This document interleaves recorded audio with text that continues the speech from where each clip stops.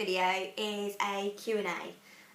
We asked our Facebook if they had any questions to ask us and what they would like us to talk about. So we're going to read out some of the questions that people asked us and answer them as honestly and as best we can. Yeah. Do you want to read out number one? Yeah, okay. So Emma has said, I think it would be really useful for new, even old mums to understand how to manage depression and anxiety and get themselves out there to groups, social occasions. So my question is, what techniques do you use or would you recommend to help with anxiety about social situations? Right, okay. Okay. For me, if I have anxiety about a social situation, the number one thing that would help me would be to go with somebody that I feel comfortable with. So yeah, it's a really good one actually. For example, if I had to go, I don't know, to a new mum and baby group, I'd be like, Mel, I'm gonna take the baby to a new baby group. Do you want to come with me? And I think 9 times out of 10, Mel would understand why I was asking and say, yeah, let's do it, let's go. Mm-hmm. Because then, you know, once you've been there and you've experienced the situation for yourself and you realise actually it's not scary and it's not that bad, next time round you'd probably be okay going on your own. But to have someone with you at first, that would be really, really helpful. I think, for me anyway. What about you? I'd probably agree with that actually. Just have somebody with you. Any anxiety, I try and, with any sort of like occasion, I try and just kind of not let myself get worked up about it. It's very hard to say that way, but I'll push myself, because there's a lot of people that don't push themselves and shut themselves away. And it can get worse if you don't push through it. Yeah, absolutely. And the worst thing for you to do is shut yourself away from your friends, from family, because if you feel that your anxiety is going to get the better of you.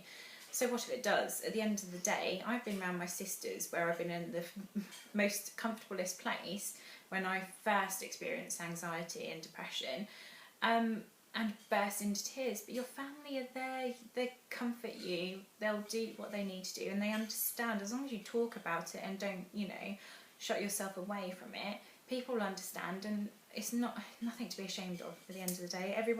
There's a lot more people that I actually realise are going through it. I didn't know about it just because of some people open up about it a bit more now.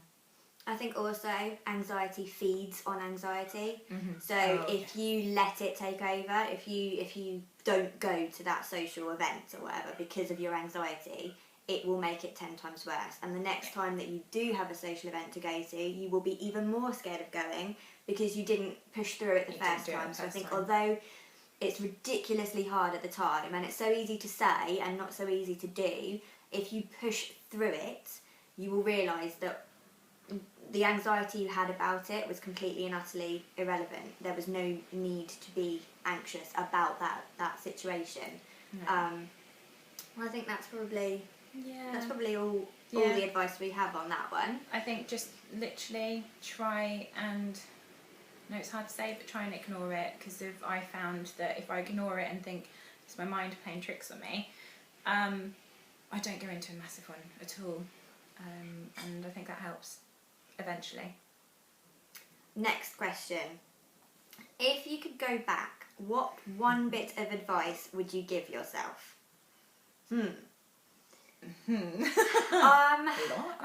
so assuming this is about parenting, what one bit of advice I would give myself is to probably have more confidence in myself with what I'm doing as a parent.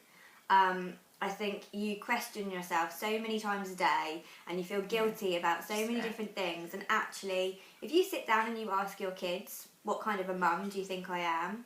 9 times out of 10 they're going to say, the best mum. You're doing an excellent job. I love you so much. Depends what you're doing. Well, yeah, and whether you've told them off that morning or not.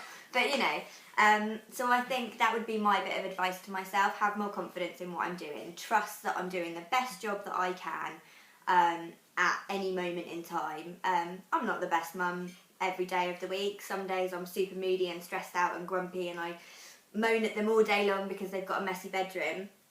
But then other times I'm relaxed and calm and we have lovely cuddles and we'll have movie evenings and, you know, we go to the fair and we'll do fun things together. And I think when you look in the grand scheme of things, they know you're doing the best job you can.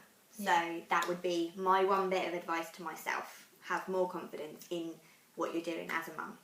How about you? I think we're all winging it at the end of the day. We never know truly what we kind of have like a little bit of a, right, this is what my mum used to do, so maybe I sort of like should go along those lines of things. But everyone's winging it. Everyone is. I wing it every single day. None of us know what we're doing. No, not really. I would probably have gone back and just said, chill out, because of, especially when I first ever had anxiety and depression, I was so worried about it. I felt so lonely and ill, and to be honest, I had people around me sometimes and I still felt so lonely. And I think I should have just said, stop, you're doing well. She's now 7 years old, the eldest. She's still alive. She's still here, and she's grown up quite well, other than the attitude now and again. But That's yeah, just 7-year-old attitude. yeah, I think we realise as parents, you kind of discuss between us, and you realise that actually the children aren't. It's not just your child; they're going through the same. No, I think They will a lot go of through the times same. it's an age thing. They change at a certain age and things happen there. Yeah, good idea.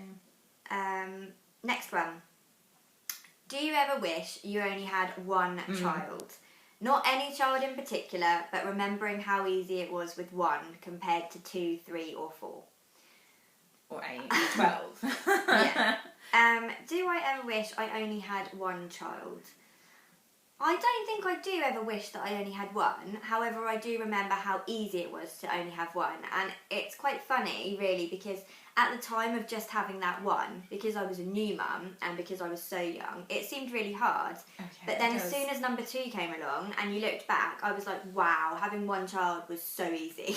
Yeah, because you've got to then concentrate on, I need to get this person ready and this person ready. And I you need to just be don't have as much outside. time. Yeah, you don't. So no, I don't wish that I only had one, but I do remember how easy it was. And I suppose maybe I wish having 4 children was as easy as having one child. I don't know. I think no, I love- people will have a lot more if it was that way. Yeah, I love having 4 children. It's chaos and it's crazy, and I have no time for myself whatsoever. But I love it, and I wouldn't have it any other way. And they're all amazing in their own little ways. They drive me absolutely nuts. I'm probably the most insane person you'll ever meet, but I love it. Okay. How about you? No, I always never wanted an only child. I always wanted more than one at least.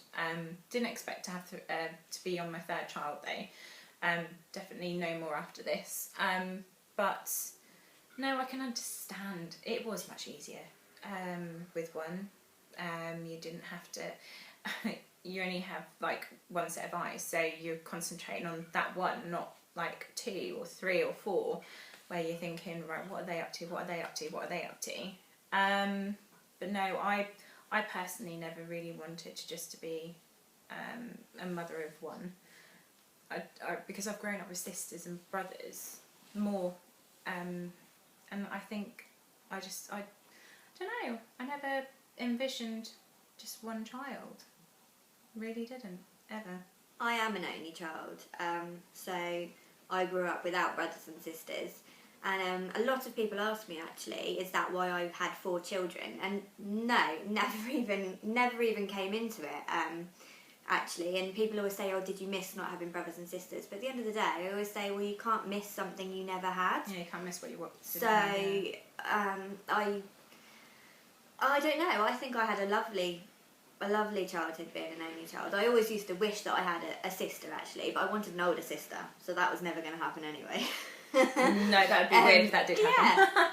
So, I think, no, I don't know. Maybe it was, easier for my mum and dad to just have one child, although I was rather a troublesome child, so it probably wasn't that easy. No, you maybe were 4 rolled into one. Yeah, exactly. Yeah, maybe that's why I had 4. Yeah. So that's it for that one. What have we got now? Next question. What are your personal opinions in regards to mothers and fathers that go back to work after having a baby and those that stay at home to raise the kids? My personal opinion on it, I guess, would be that that it would be lovely for everybody to be able to stay at home. Mum and dad to be able to stay at home with the kids. However, nowadays, take it in turns at least. Oh yeah, nowadays, given the current economy and everything else, I just don't think it's feasible for parents to stay at home and be stay-at-home mums. Back in the olden days, that was just how it was, wasn't it? Mum stayed at home and looked after the house and the kids and did the dinner, and your dad went out to work. Mm-hmm. But nowadays, the cost of living and everything else, I just don't think is possible for both parents, or for one at least to stay at home. Yeah, I think that most of the time, mum and dad have to go back to work, even if mum's just part-time and dad's full-time, or the other way around. Mm-hmm. I think that's the way it has to be, and I think kids are really adaptable. I don't think they feel like they miss out or anything. Especially if mum's part-time and has a flexible job, so that if something's going on at school or whatever, they could ask their employer, "Oh, can I have an hour off because my child's got an assembly or whatever." Most of the time, most places do understand, unless you have quite a sort of high-powered, serious job. If you're a lawyer or something, they're probably not going to let you out of court for your child's nativity play. But if you're just working somewhere else, then 9 times out of 10, I think they'd be fine with you having the odd hour off here and there. I think, in an ideal world. In an ideal world, it would be lovely for mum to stay at home all the time. Yeah. But it just doesn't happen. Mel works part-time, I work from home. Yeah.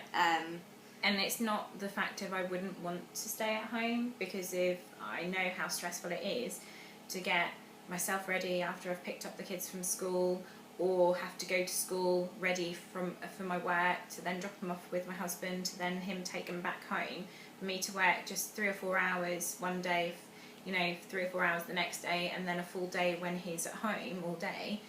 And it is stressful, and I don't get as much time with my kids. But at the end of the day, I can't actually do anything about it. I need to work, so does he. And unless the economy was different and he had, a very high, powerful, well-paid job.